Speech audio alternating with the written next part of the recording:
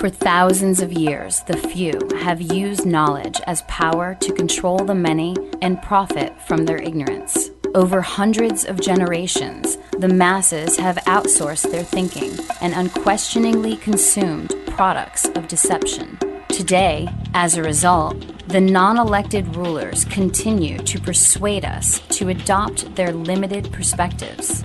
This series resurrects your curiosity and broadens your awareness so you can learn how to read between the lies. This is what you've been missing. The goal of this series is to provide you with the tools to understand the world in which we all live, so we can learn to survive and thrive in life. Greetings and welcome. I'm your host, Richard Grove, and I'd like to begin by employing metaphor, using this box to represent the status quo, so as to illustrate that this series was created to present you with the myriad of media which describes the world from the outside of this box, whereupon we criticize and review it, like this.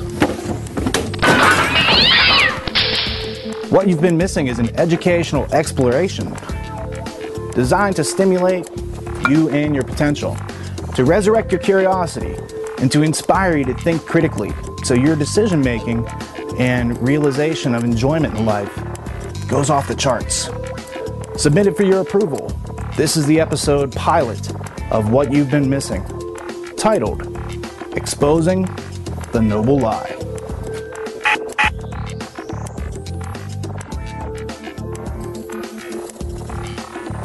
We've got a lot to catch up on, and here's why. Our research over the past 7 years has uncovered the following 3 facts. 1, that the systematic form of critical thinking upon which the Western world was built was taken out of our education system in the 19th century.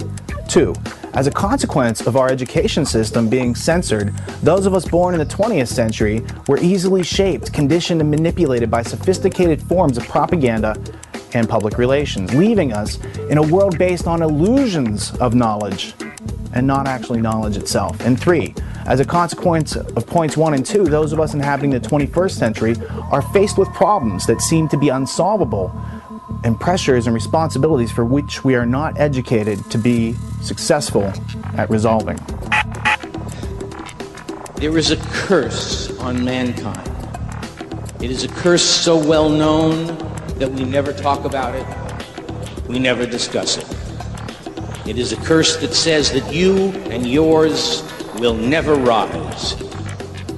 Your grandchildren are serfs, their grandchildren will be serfs. You are a shoemaker, your grandchildren will be shoemakers. And my heel will always be on your neck. Until America said, now wait a minute.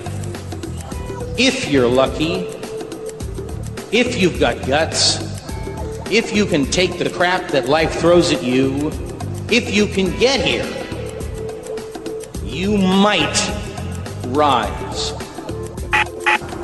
Hey, Mr. Pants. Come on in, Mr. Pants. Pants.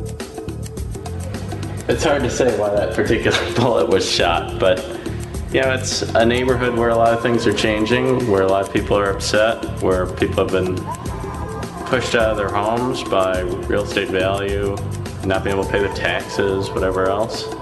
You know, I've tried to think about it. I've tried to think about if I were out there and someone else were in here, what would cause me to be resentful or envious.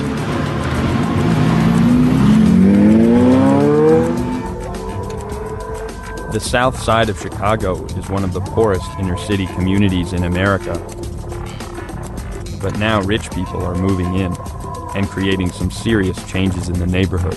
What used to be housing projects are suddenly condos, and you wonder what impact you're having on the city and who lives here, who can afford to live here.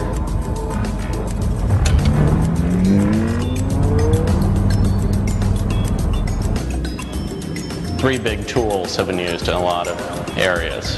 First, you build a big police station. Secondly, you tear out all the basketball courts.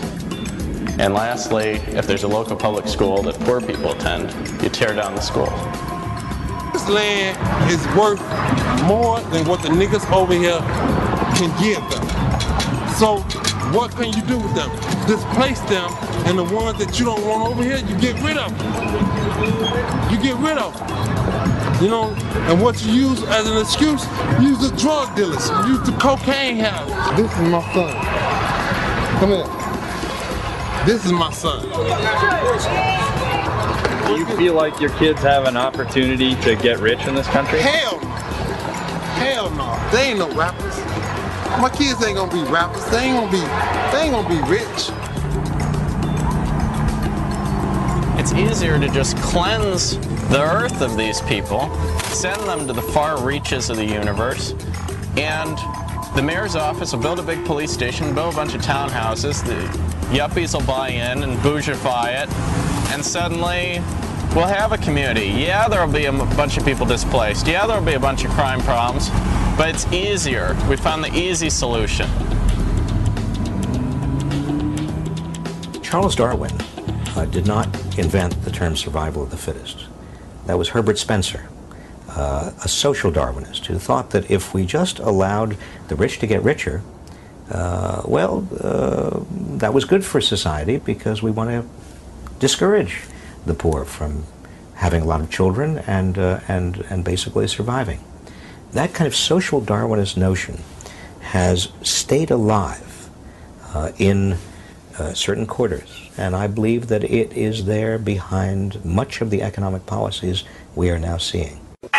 This is Erica Goldson, and unlike the valedictorian of your high school class, she's got something to say which I think you should hear.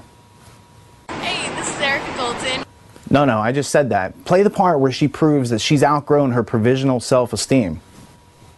I have no clue about what I want to do with my life. I have no interest because I saw every subject as a study, as work, and I excelled at every subject just for the purpose of excelling and not learning.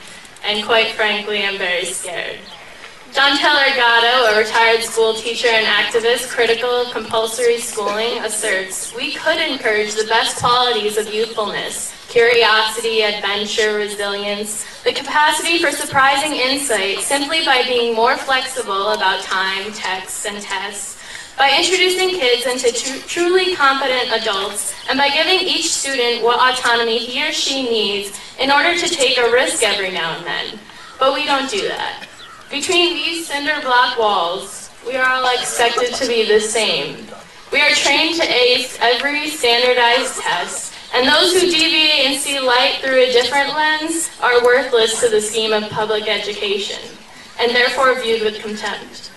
H.L. Mencken wrote in the American Mercury for April 1924 that the aim of public education is not to fill the young of this species with knowledge and awaken their intelligence.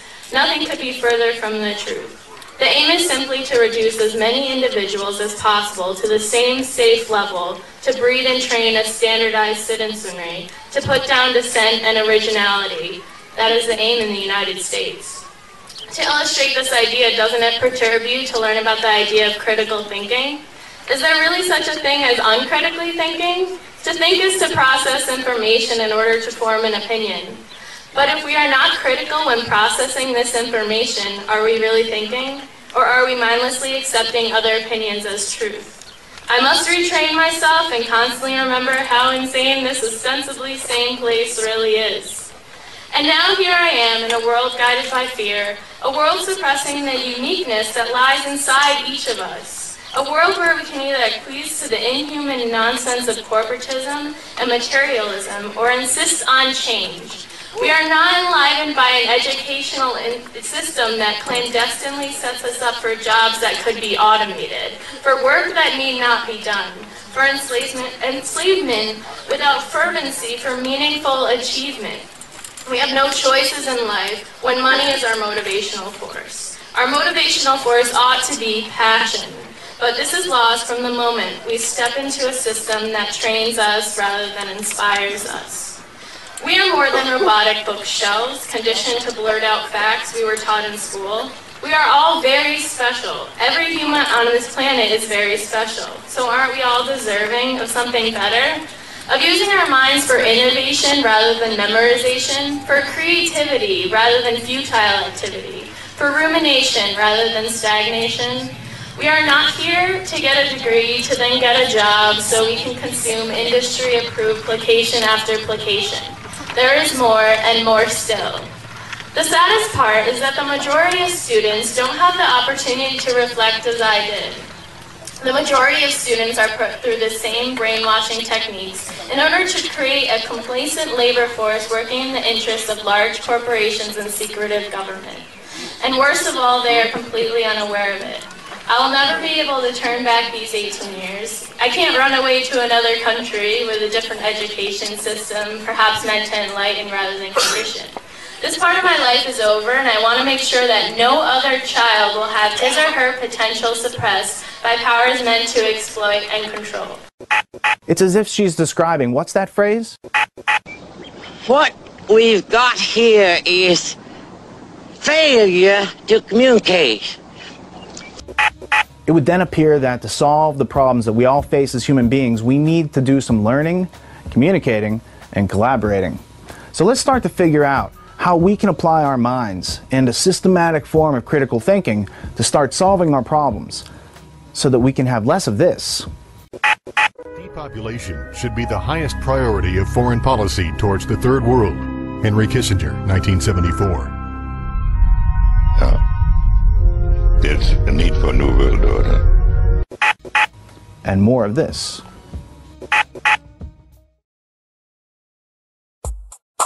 From the time of the cavemen all the way until today, humanity continues to exist because each generation of people has produced another generation to replace itself. Scientists have figured out how many people need to be born each generation to replace the generation before.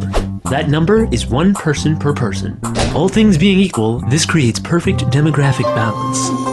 Since women are the only ones who can have children, replacing every person on Earth means each woman needs to have 2 children, one to replace her, and the other to replace the man, who cannot have children. The total fertility rate is the average number of children each woman in a society is having. This number shows us if a society is growing or shrinking. In developed countries, the replacement rate birth rate is 2.1 children per woman. This will keep the population stable, but even that is assuming that every woman has children and that there are no wars, famines, or disease.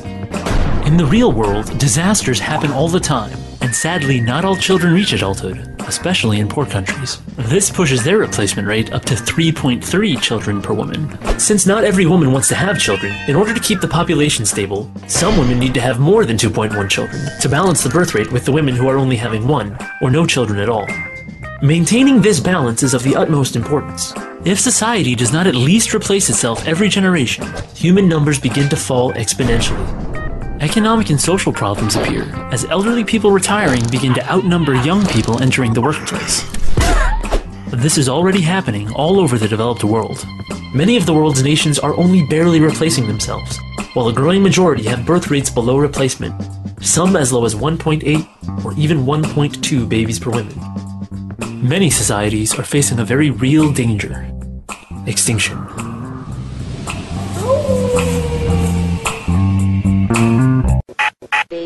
But it's more of the balance of things. What, like food, some part of the world there's wastage of food, and in some parts, nobody has food. And that kind of a balance, if that is solved, I don't think we would be worried so much about overpopulation.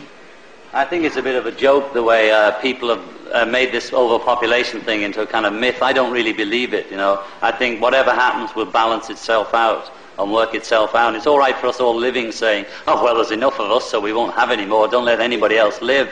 I don't believe in that. I think we've got enough food and money to feed everybody. And I think the natural balance, even though old people will last longer, I'm sure there's enough room for us, and some of them can go to the moon anyway. You mean you think there's enough, if it were I don't believe overpopulation, I think that's just a kind of myth that the government have thrown out to keep your mind off Vietnam and Ireland and all the important subjects. Oh, I think you're wrong about that. Oh, I don't care. Yeah.